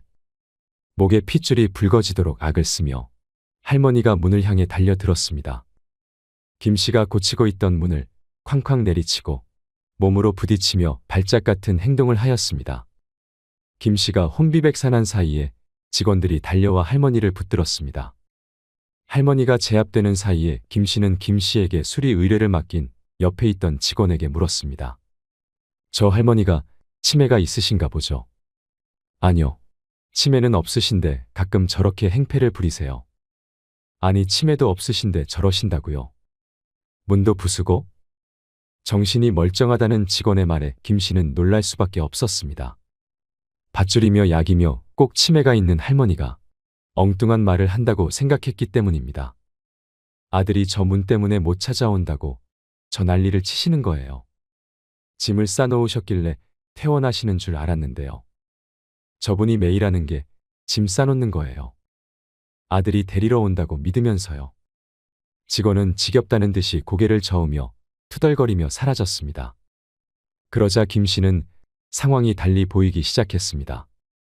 직원들에게 붙잡혀 있는 할머니의 바지춤이 몸싸움에 말려 올라가 있었는데 양쪽 발목에 시퍼런 멍자국과 이리저리 쓸린 상처가 있는 것 아니겠습니까? 꼭 밧줄에 묶여서 발버둥치며 생긴 상처처럼 할머니는 건장한 직원들의 우악스러운 손길에 병원 안쪽으로 끌려 들어갔습니다. 김 씨는 무서운 생각이 들어 하던 작업을 마무리하는 손길을 분주히했습니다. 그러다 다른 방에서 나와 걸으며 하는 직원들의 대화를 들었습니다. 보호자한테 전화했어? 아들이 뭐래? 뭘 뭐라 그래? 이번에도 그냥 신경안정제 놓으라고 하지. 병문안 오겠다고 안 하고. 오겠어? 여기다 부모 던져놓고 한 번도 안 찾아온 자식인데. 소곤소곤 나누며 지나간 대화는 김 씨에게는 귓가에 소리치는 것처럼 생생하게 들렸습니다. 이 이야기를 듣고서 어머나 세상에 하는 사람들 틈에서 김 씨는 무척 괴로웠습니다. 요양병원이 현대판 고려장이라는 이야기를 얼핏 들은 기억이 있었습니다. 하지만 이 이야기처럼 사무치게 와닿았던 적은 없었던 것 같습니다. 듣고도 믿기 힘든 요양병원의 현실입니다. 누구나 나이는 들고 노인이 될 것입니다. 나도 한때는 젊음이 영원한 줄로만 알았습니다. 하지만 그렇지 않다는 것과 늙으면 홀로 됨을 세월이 흐르며 알았습니다. 하지만 강제로 자유를 빼앗긴 채 비참한 노후를 보낸다는 상상은 해본 적조차 없었습니다. 이렇게 주변에서 들리는 사연 속 비참한 주인공이 내가 되지 않으란 법이 있을까요?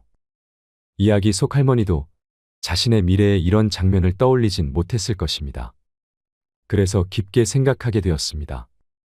그런 삶을 살지 않으려면, 싸늘한 병원에서 인생을 마무리하지 않으려면 어떻게 해야 할지에 대해 생각하게 되었습니다. 나이 들어 요양원에 가지 않고 독립하여 노후를 건강하게 보내려면 어떻게 해야 할까요? 늙어서도 늘 보고 싶은 부모가 되는 방법은 바로 이것입니다. 첫 번째, 가장 중요한 것은 바로 돈입니다. 슬프지만 현실이 그렇습니다. 돈 있는 부모가 자식에게 버림받았다는 이야기는 들어본 적 없습니다. 내 한 몸 건사하고 노후를 보낼 수 있을 만큼의 자금이 있어야 합니다.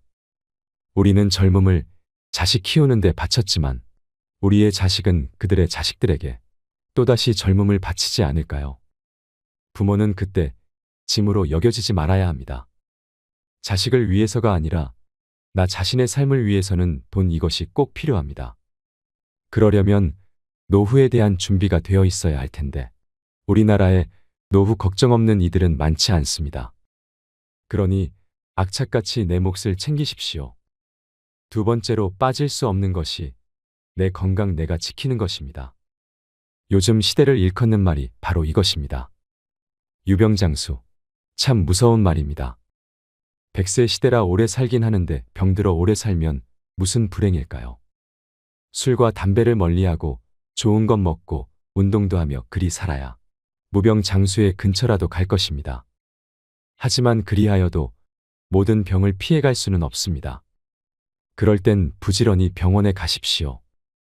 나도 그러했지만 아파도 대수롭지 않게 넘기고 병원과 원수진 듯이 사는 이들이 많습니다. 나이 들면 아픈 것이 정상이겠거니 생각하고 대충 집에 있는 약만 먹으며 살고 있지는 않는지 자신을 되돌아봐야 합니다. 건강만큼 순식간에 물거품처럼 사라질 수 있는 것이 또 없습니다. 크게 아파본 사람들은 있는 돈을 다 줘서라도 건강을 살 수만 있다면 좋겠다고 말합니다. 가지고 있을 때 잘 지키십시오. 그리고 또 중요한 것이 이것입니다. 나이 들어도 홀로 잘 지내는 법.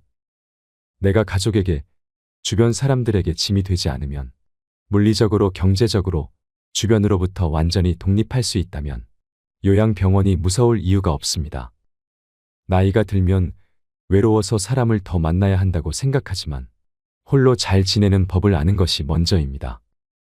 앞서 말씀드린 이야기에서 할머니의 아들을 향한 맹목적인 마음이 이해가 가면서도 참 마음이 아팠습니다. 나이가 들면 오히려 사람에 대한 애착을 덜어내야 합니다. 나 하나 챙기는데 기력을 쏟기에도 부족합니다. 요양병원이라는 것도 제 발로 들어가는 사람이 몇이나 될까요? 자식에게 버림받는 부모가 많은 세상입니다. 아픈 노인을 고쳐준다는 허울로 자식들 손에 이끌려 마지못해 가는 곳이 요양원일지도 모릅니다. 세상엔 그렇지 않은 곳도 있겠지만 저는 그래도 그곳에 가고 싶지 않습니다. 내가 머물 곳, 내가 인생의 마지막 장을 새길 곳은 내가 스스로 정하고 싶습니다. 저는 나이 들수록 행복해지기 위해 부단히 노력하고 싶습니다. 여러분도 부디 그러하길 바랍니다. 이어서 어느 할머니의 이야기를 들려드리고 싶습니다. 어느 작은 양로원에서 할머니가 돌아가셨습니다. 간호사들이 조촐한 할머니의 짐을 정리하다가 그녀가 쓴 시를 발견하게 되었습니다. 시의 내용에 감동받은 간호사들이 이 시를 복사하여 모든 간호사에게 전달하였습니다. 그리고 모든 이들의 마음을 움직였던 이 시는 영상으로 만들어져서 소개되었고 인터넷을 통해 전 세계로 전달되었습니다. 그래서 오늘은 어느 양로원 할머니의 시를 소개하고자 합니다. 아래의 글은 어느 할머니의 글일 뿐이지만 우리 모두의 현재이거나 미래일지도 모른다는 생각을 하게 됩니다. 나이 들어서 요양원에 가지 않으려면 꼭 기억해야 하는 3가지도 함께 들으시면 좋겠습니다. 어느 양로원 할머니의 시. 간호사님들, 무엇을 보시나요? 댁들이 저를 볼 때 무슨 생각을 하시나요? 현명하지 않고 변덕스러운 성질과 초점 없는 눈을 가진 투정이나 부리는 늙은 노인으로 보이겠지요. 음식을 흘린다고 핀잔을 주고 대체 왜 대답을 빨리 못하냐고 큰 소리로 말할 때면 전 정말 당신들이 조금 더 노력해 주기를 원했습니다. 당신들이 귀찮다고 나를 때리고 함부로 대할 때는 내 마음대로 움직이지 않는 몸뚱이로 저는 정말 용기를 내어 헛손질로나마 싸우고 싶었던 것이랍니다. 댁들이 하는 일도 못 알아차리는 것 같이 보이고 양말이나 신발 한 짝을 항상 잃어버리는 바보 같은 늙은 노인으로밖에는 안 보였나요? 내가 저항을 하든 말든 그것은 아무런 상관이 없다는 듯이 목욕을 시킬 때도 설거지 통그릇만도 못하고 대돌만도 못한 나의 몸뚱이에 눈물도 쏟아냈지만 흐르는 물에 감추어져 당신들 눈에는 보이지 않았겠지요. 음식을 나누어 먹는 것이 아닌 그냥 먹여주는 댁들의 눈에는 내가 가축보다 못난 노인으로 비추어졌나 봅니다. 댁들은 저를 그런 식으로 생각하나요? 당신들은 저를 정말 그런 식으로 보는 건가요? 제 팔에 든 수많은 멍자국들이 당신들 눈에는 망가진 보라색 도라지 꽃으로 보이던가요? 간호사님들, 그렇다면 이제 눈을 뜨고 그런 식으로 저를 보지 말아주세요. 이 자리에 꼼짝하지 않고 앉아서 나의 의지는 상실되어 댁들이 지시한 대로 행동하고 나의 의지가 아닌 댁들의 의지대로 먹고 온몸에 멍이 들어도 아픔을 삭혀야 되었던 제가 누구인지 말하겠습니다. 제가 10살 어린 아이였을 땐 사랑하는 아버지도 있었고 사랑하는 어머니도 있었고 형제들도 자매들도 있었답니다.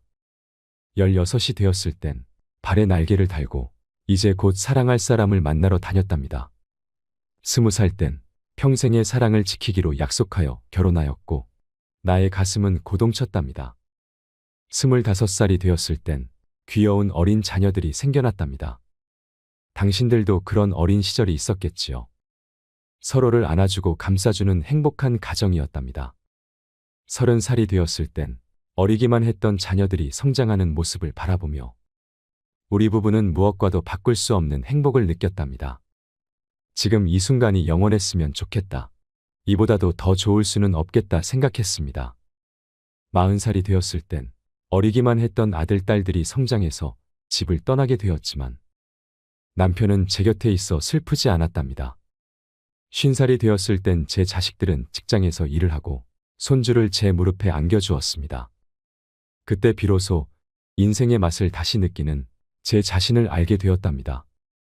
마침내 어두운 날들이 찾아와 내 옆에 있던 이가 먼저 하늘로 떠나게 되면서 앞으로의 삶을 생각해보니 두려운 마음에 몸이 오싹해졌답니다. 자녀들이 모두 자기의 자식을 키우고 있는 그 모습을 보고 난 내가 알고 있던 지난 날들과 내가 주고 받았던 사랑을 한번 떠올려 봤답니다. 저는 이제 늙은이가 되었는데 참으로 우습게도 늙은이를 바보처럼 보이게 만드는 것들을 보면서 세월은 참으로 잔인한 것 같다는 생각도 해봤답니다. 몸은 망가지고 우아함과 활기는 떠나버렸고 한때는 마음이었던 것들이 이제는 무딘 돌이 되어버렸답니다. 시체와도 같은 이 늙은이 속에는 아직도 어린애 같은 마음은 살아있어 가끔씩은 다 망가진 이 가슴도 부풀어 오르는 때가 있답니다. 좋아하는 사람이 생겨 젊은 시절처럼 사랑도 하고 싶다는 꿈도 꾸어본답니다. 즐거웠던 일들을 기억해보고 고통스러웠던 일들도 떠올려보면서 저는 지금 다시 한번 용기를 내어 삶을 사랑하며 살아가려 합니다. 너무 짧고 빨리 지나간 지난 날들을 생각하면서 영원한 것은 아무것도 없다는 엄연한 현실을 받아들이기로 했답니다. 이제 사람들이여 눈을 떠보십시오. 투정이나 부리는 늙은이로 보지 말고 좀 더 자세히 나를 봐주세요. 당신의 아버지는 아니나 아버지일 수도 있고, 당신이 어머니는 아니나 어머니일 수도 있습니다. 그냥 가축에게 모이를 주듯 하지 마세요. 그냥 먹고 싶습니다. 멍들게 하지 마세요. 가슴속에 멍을 안고 떠나지 않게 해주세요. 사는 동안에 하나뿐인 나의 간절한 소망입니다. 이 글을 보니 무슨 생각이 드시나요? 인간은 태어났다가 생로병사를 거치며 결국은 죽습니다. 대자연의 섭리 속에서 펼쳐지는 한편의 드라마와도 같은 인생사에서 지금 우리는 어디를 향해 가고 있을까요? 시대적 고려장이라고 불리우는 요양원의 현실이 이렇다는 것이 적나라하게 표현된 내용에 공감을 하면서도 어쩐지 애잔한 마음이 남습니다. 남의 일이 아닌 바로 나에게도 다가오고 있는 길이라는 현실에 씁쓸함도 느껴집니다. 우리는 왜 요양병원에 가야 하는가? 우리는 왜 요양병원에 보내야 하는가? 우리는 왜 요양병원을 끊을 수 없는가? 요양병원과 요양원이 과연 누구를 위해 존재하는 것일까 생각해 보셨나요? 이것은 시대의 흐름에 따라 필요하게 되었고, 현재는 없어서는 안 될 산업이 되어 버렸습니다. 그곳은 정말 병원일까요? 사실은 모두가 알고 있습니다. 죽기 직전까지의 시간을 최대한 버티는 곳이라고 말이죠. 모든 자식들이 그런 것은 아니겠지만, 늙은 부모가 귀찮아서 돈 몇 푼이면 해결된다는 아니란 생각에 요양원으로 보내지는 노부모들이 많아지고 있습니다. 그때 부모님의 슬픈 얼굴을 자세히 들여다보는 자식들이 얼마나 될까요? 애써 외면하고 모른 척 해야 하는 현실에 자식들의 가슴도 무너지는 경우가 많을 것입니다. 똑바로 쳐다보지 못하는 자식들의 면전에서 부모는 애써 슬픔을 보이지 않으려 굳어만 가는 얼굴에 미소를 띄웁니다. 나는 걱정하지 말고 잘 살라는 부모의 말 한마디가 팍팍한 현실을 살아가는 우리들의 가슴에 얼마나 와닿을 수 있을까요? 지금 한국의 사회는 진짜 많이 특이한 구조입니다. 정말 기형적인 구조가 되고 있습니다. 왜냐하면 아이를 낳지 않습니다. 그리고 결혼도 정말 많이 안 합니다. 결혼을 하고도 아이를 안 낳는 부부들도 많지요. 한 집에 아이가 한 명도 안 되는 구조입니다. 노인층은 급속도로 많아지는데 새로 태어난 사람들은 없지요. 그럼 지금 30, 40대의 사람들은 20년 뒤 60살이 되었을 때 70대, 80대의 부모들을 부양해야 합니다. 그래서 이제는 노인이 노인을 부양해야 하는 시대라고도 할 수 있습니다. 스틸라이프라는 영화를 보면 주인공이 거두어들이는 시체들 대부분이 고독사입니다. 공무원이 직접 처리를 해서 장례를 치러줍니다. 그리고 그 장례식에는 아무도 참석하지 않지요.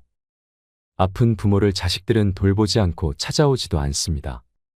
전혀 본 적도 없고 친분도 없지만 나라의 녹을 받고 살아가는 공무원이기에 해야 하는 일입니다. 그렇게 삶과 죽음에 대해서 깊게 성찰을 하게 되는 작품입니다. 이 영화 속의 이야기가 이제는 우리 현실과 괴리가 있다고 느껴지지는 않습니다. 지금의 50, 60년대생 혹은 그 이전에 태어난 부모님들은 정말 많은 고생을 하셨을 겁니다. 아마 상상도 하기 힘들 정도로 엄청난 고생을 하셨을 거라 생각을 합니다. 과거에는 요양병원, 요양원 이런 게 별로 없었습니다. 그럼 부모님이 편찮으면 자식이 다 했을 겁니다. 아니면 시집온 며느리가 도맡아 해야 하는 상황도 많았습니다. 그렇게 수십 년을 살다 보면 내 나이가 60이 되는 거죠. 이 얼마나 비참한 인생인가요? 이제는 세상이 바뀌어서 인식도 많이 달라지고 굳이 힘들게 부양하지 않아도 된다고 생각을 하는 사람들도 많아졌지만 막상 보내려고 하면 여러 가지 문제들이 봉착하게 됩니다. 그만큼 쉽지 않은 결정인 것은 자명합니다. 요즘에는 요양병원과 요양원에 많이 보냅니다. 먼저 요양병원의 간병비는 장기요양보험의 대상이 아니기 때문에 환자나 간병인이 100% 본인 부담을 해야 합니다. 예를 들어 한 병실에 6명이 입원해 있다면 40만 원씩 거두면 총 240만 원이 됩니다. 그럼 간병인이 240만 원의 월급을 가져가는 거죠. 일반적인 요양병원에 입원을 시키면 법정 본인 부담금이라는 게 있습니다. 그게 보통 60만 원 정도가 되는데 기저귀 비용 등을 더하면 110만 원 정도는 잡아야 합니다. 시설이 좋은 곳은 간병비를 80만 원까지도 받습니다. 병원마다 차등이 있지만 110만 원이 최소한의 금액이라는 거죠. 그리고 시설 운영이 잘 되지 않는 곳은 시설의 질을 높이려고는 하지 않고 간병비를 낮추는 것에만 혈안인 경우가 많습니다. 그런 곳은 보내놓고도 기분이 찜찜합니다. 시설 투자나 서비스 질에 대해서는 노력이 없고 환자 유치에만 심혈을 기울이는 곳에 입원해 있으면 좋은 게 별로 없습니다. 그래서 가격이 합리적이면서 좋은 요양병원을 찾기란 하늘의 별 따기라는 것입니다. 두 번째로 요양원은 만 65세 이상이 되어야 가능합니다. 그리고 등급도 나뉘어져 있습니다. 그리고 상주하는 의사도 없습니다. 의사가 없는 게 정말 크지요. 실제로도 요양원에 입소한 어르신들 중에서는 큰 문제가 있음에도 불구하고 제때 치료를 받지 못하는 경우도 많이 있습니다. 그래서 사회적 문제가 된 경우들도 많습니다. 국비 지원이 된다고 하지만 그게 얼마나 질이 좋은 서비스를 제공할까요? 실제로 지금 요양원의 구조는 인력이 부족해서 혼자서 20명, 30명을 보는 시스템이라고도 합니다. 상대적으로 지원이 많은 국공립 요양시설은 들어가기도 어렵습니다. 지금 당장 입주되기를 해도 4년을 기다려야 합니다. 우리나라 요양원의 현실은 그냥 지나간 뉴스들만 봐도 별로 좋지 않다는 인식을 가지게 됩니다. 불과 이틀 전에 이런 기사가 났습니다. 요양원 입소 한 달 만에 멀쩡하던 아버지가 반송장이 되었다고요. 대형 병원을 찾아가 보니 요양원에서 밥을 억지로 먹이는 과정에서 흡인성 폐렴이 왔고 약물 과다 복용으로 신장 기능이 약화됐을 뿐만 아니라 영양 결핍과 탈수 증세까지 와서 중환자실 입원이 불가피하다는 설명이 돌아왔다고 합니다. 그런데 요양원 측에서는 우리가 오히려 난폭행동을 견뎠다고 말합니다. 모든 요양원과 요양사분들이 그렇다는 것은 아니지만 요양시설에 부모님을 보낸 수많은 보호자들이 혹시 내가 선택한 요양원은 아닌지 걱정할 수밖에 없는 기사이지요. 요양원은 종신형을 받은 죄수를 가두는 감옥이 아닙니다. 그런데 한국의 요양원은 꼭 감옥 같다고 말씀하시는 분들이 많습니다.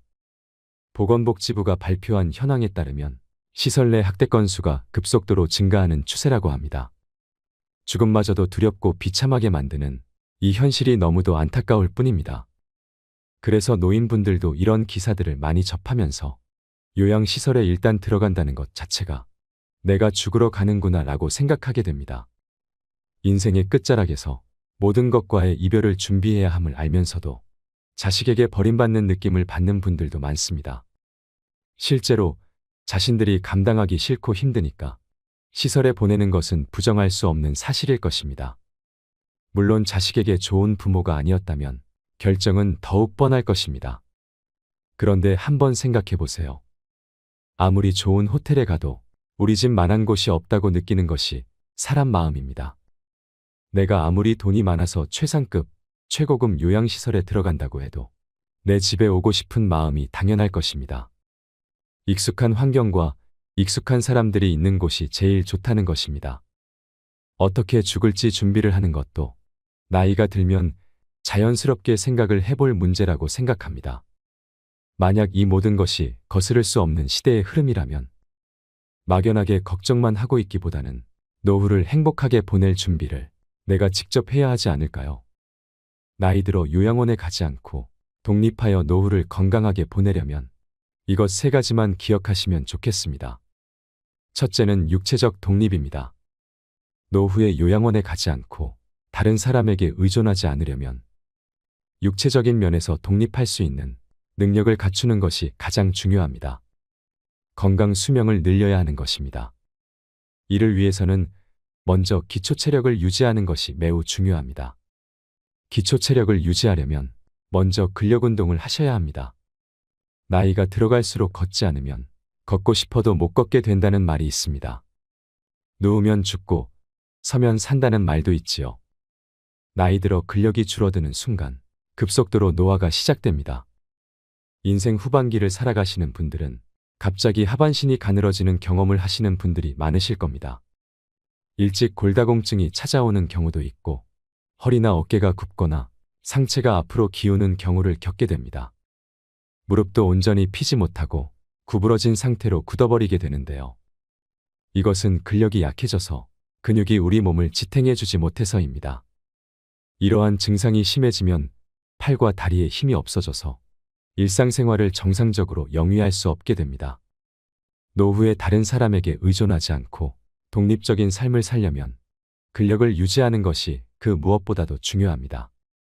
아령을 들고 발 뒤꿈치를 들었다 내렸다 하거나 다리를 어깨 넓이로 벌리고 서서 무릎 높이까지 앉았다 서기를 한다거나 또는 누워서 윗몸 일으키기를 하는 등 꾸준히 근력 운동을 해보시길 바랍니다.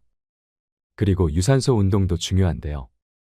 대표적인 유산소 운동으로는 걷기나 줄넘기 하기, 수영과 자전거 타기 등 매우 다양합니다. 몸에 무리가 가지 않는 선에서 나에게 맞는 유산소 운동을 찾아서 꾸준히 해보세요. 제가 하나만 고른다면 걷기 운동을 추천하고 싶습니다. 왜냐하면 걷기는 언제 어디서나 누구나 할 수 있는 운동이기 때문입니다. 그리고 중요한 것이 균형 운동입니다. 우리나라 65세 이상 어르신들 중에 낙상 사고로 사망하는 경우가 정말 많습니다. 사고 사망 원인 중 2위가 낙상 사고라고 하는데요. 많은 전문가들이 낙상 사고를 막기 위해서 균형 운동의 중요성을 강조하고 있습니다. 제일 간편하고 확실한 방법은 한 발로 서기 운동입니다. 한 발로 서기는 균형 감각을 익히기에도 효과가 있고 혼자 어디서나 할 수 있다는 장점이 있습니다. 먼저 두 눈을 감고 오른발로 섭니다. 그리고 왼발은 무릎을 45도 구부린 채 지면에서 15cm 정도 높이로 듭니다. 두 손은 허리에 대면 됩니다. 쉬운 것 같아도 눈을 감고 한 발로 서면 우리가 몇 초 동안이나 버틸 수 있을까요? 한번 해보시면 상당히 어렵다는 것을 알 수 있습니다. 실제로 한 발 서기를 해보면 앞뒤 양옆으로 몸이 이리저리 흔들리고 얼마 지나지 않아서 다리가 뻐근해집니다. 그만큼 평소에 쓰지 않던 근육을 많이 사용하기 때문이지요. 꾸준히 하시면 균형 감각도 향상되면서 한 발로 서서 버티는 시간도 늘어납니다. 둘째는 정신적 독립입니다. 나이 들어서 정신적으로 독립하기 위해서는 무엇이 필요할까요? 가장 중요한 것은 치매에 걸리지 않고 우울증에 걸리지 않는 것입니다. 먼저 치매에 걸리지 않으려면 어떻게 해야 할까요? 아직 치매 백신은 개발되지 않았고 치매를 치료하는 약도 없습니다. 지금까지 개발된 치매 약은 치매 악화를 지연시키는 효과만 있을 뿐입니다. 그래서 우리가 치매 예방을 위해서 할 수 있는 것은 생활 습관을 바꾸고 식생활을 개선하는 것이 최선입니다. 쉽게 실천할 수 있는 생활 습관으로 음식을 꼭꼭 씹어 먹는 습관을 기르셔야 합니다. 우리가 음식을 씹으면 그것만으로도 뇌의 혈류량을 증가시켜 뇌를 활성화시킵니다. 잘 씹는 습관이 치매를 예방해주는 효과가 있는 것이지요. 껌을 자주 씹는 것도 도움이 될 수 있습니다. 그리고 일기를 쓰는 습관도 길러보세요. 치매 환자들에게는 한 가지 특징이 있습니다. 치매 초기에는 장기 기억은 잘 회상하면서도 단기 기억은 잘 기억해내지 못하는 것입니다. 그 이유는 단기 기억을 만들어내는 기관인 해마라는 부위가 망가졌거나 기능이 떨어지기 때문입니다. 이를 막으려면 매일 일기를 쓰는 것이 좋습니다. 일기를 쓰면서 생각을 떠올리면 그것이 해마에 자극을 주어 해마의 기능이 퇴화되는 것을 막고 더 나아가서는 향상시키기까지 한다고 전문가들은 이야기합니다. 그리고 새로운 일에 도전하고 머리를 많이 쓰는 생활 습관을 들이세요. 뇌는 자극을 먹고 산다고 할 만큼 끊임없는 자극을 원합니다. 자극 중에서도 뇌가 가장 좋아하는 자극은 바로 새로운 자극입니다. 뇌가 환호하는 자극이 될 수 있는 것을 많이 경험해 보세요. 예를 들면 새로운 악기를 연주하는 것을 배운다거나 새로운 요리법을 배운다거나 새로운 노래나 춤 등을 배우는 것이 모두 뇌를 건강하게 만드는 방법이 됩니다. 낯선 곳으로 여행을 떠나는 것도 좋고 한 번도 가보지 않은 낯선 길을 가는 것도 뇌에 신선한 자극이 되어 활기 넘치게 합니다. 또한 사회활동에 적극 참여하는 생활 습관도 만들어 보세요. 되도록이면 젊었을 때처럼 여러 사람들과 자주 만나 어울리는 것이 치매 예방에 큰 도움이 됩니다. 여러 사람들과 만나 대화하고 다양한 사회 활동을 같이 하는 것이 뇌에 좋은 자극을 줍니다. 집에서 혼자 머무르는 것이 바로 치매로 가는 지름길이라는 것을 잊지 마시길 바랍니다. 그리고 늘 웃으며 즐겁게 생활하세요. 전문가들은 웃으면 뇌가 젊어진다고 말합니다. 왜 그럴까요? 웃음은 좌뇌와 우뇌를 같이 자극하고 얼굴 근육의 움직임을 통해 뇌 회로를 활성화시키기 때문이라고 합니다. 우리가 기분이 좋으면 뇌의 혈류가 활발하게 흐르고 이로 인해 의욕이 넘치며 몸에 활력이 돌게 됩니다. 웃음의 효과가 참 대단하지요. 그런데 우리 뇌는 특이한 점이 있습니다. 그것은 바로 뇌는 진짜 웃음과 가짜 웃음을 구분하지 못한다는 점입니다. 그래서 웃기지 않아도 억지로라도 웃으면 진짜 웃음의 효과가 있다고 합니다. 그러니 오늘부터는 억지로라도 많이 웃으시기 바랍니다. 다음은 우울증에 대해서 말씀드리겠습니다. 나이 들어서 정신적 독립을 하는데 방해되는 것 중 하나가 바로 우울증입니다. 우울증은 치매의 원인이 되기도 하고 치매가 시작되고 있을 시기에 우울증 증상이 나타나는 경우가 많습니다. 이러한 이유 때문에 노인성 우울증과 치매를 구분하기 힘든 경우가 참 많습니다. 일반적으로 우울증이 치매를 촉진시킬 가능성이 있기 때문에 되도록이면 빨리 우울증을 치료해야 합니다. 우울증에 걸리지 않으려면 매사에 비관적 마음보다는 긍정적이고 낙관적인 마음가짐을 갖고 생활하는 것이 가장 중요합니다. 아직 다가오지 않은 일을 미리 걱정하지 말고 지나간 과거에 대해서 후회하지 마세요. 현재를 즐기시며 살아가시길 바랍니다. 세 번째로 경제적 독립입니다. 우리는 지금까지 우리가 경험하지 못한 100세 시대에 살고 있기 때문에 이전과는 달리 경제적 독립을 위한 준비를 더 일찍 시작하는 것이 필요하다고 생각합니다. 정년 후에도 제2의 직업이 필요한 시대입니다. 그래서 할 수만 있다면 일을 계속하는 것도 좋습니다. 꾸준히 자기 개발을 하고 새로운 것을 피하지 말고 할 수 있다는 마음가짐으로 무엇이든 배워보세요. 이걸 배워서 뭐해? 라고 생각하지 마시길 바랍니다. 이런 습관과 정신력이 쌓여서 다른 사람에게 의존하지 않는 강인함을 가지게 되는 것입니다. 그래야만 노후에도 경제적으로 독립하여 건강하고 행복한 노후 생활을 할 수 있을 것입니다. 사람이 나이 들고 늙고 병이 드는 것은 당연한 순서이지만 저는 죽음 앞에서 온전한 정신과 육체를 최대한 유지하고 싶다는 생각을 하곤 합니다. 기억의 연결이 완전히 사라지면 그것은 살아있어도 이미 죽은 것이고 내 마음대로 움직이지 못해서 괴로운 심정은 말할 수 없는 고통이 될 것이라는 생각이 들었기 때문입니다. 가족이 큰 질병에 걸리면 사실 웃을 일이 하나도 없습니다. 그냥 모두가 괴롭고 삶 자체가 힘들어집니다. 대부분 돈 문제로 시작해서 싸우게 되고 부양의 문제로 자녀들이 다투게 되는 것은 당연한 수순일지도 모릅니다.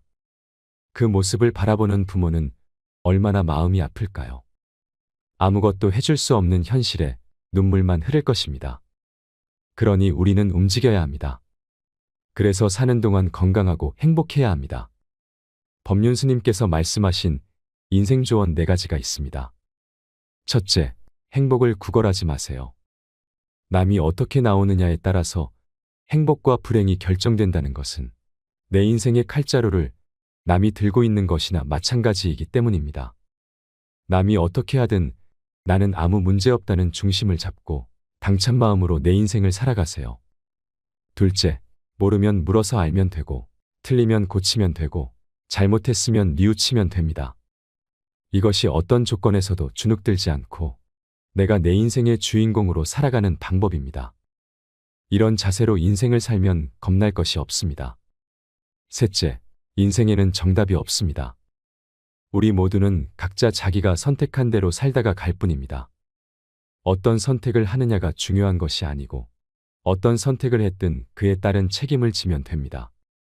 넷째, 잘 산 인생은 높은 자리에 오르고 성공한 것이 아니라 내일 죽어도 여한이 없는 삶입니다. 누구나 죽는다는 것을 알고 있지만 마치 영원히 살 것처럼 오늘 하루를 허투루 보냅니다. 그러니 최선을 다하는 하루하루를 쌓아나가서 죽는 날 여한을 남기지 마시길 바랍니다. 내가 했던 모든 것이 나의 미래입니다. 오늘 알려드린 노후를 잘 보내기 위한 3가지. 육체적 독립, 정신적 독립, 경제적 독립을 꼭 기억하시길 바랍니다. 살아있을 때 누릴 수 있는 행복을 누리세요. 이상으로 책틀맨이었습니다. 지혜를 쌓는 당신의 오늘이 아름답습니다. 더 좋은 영상으로 찾아뵙겠습니다.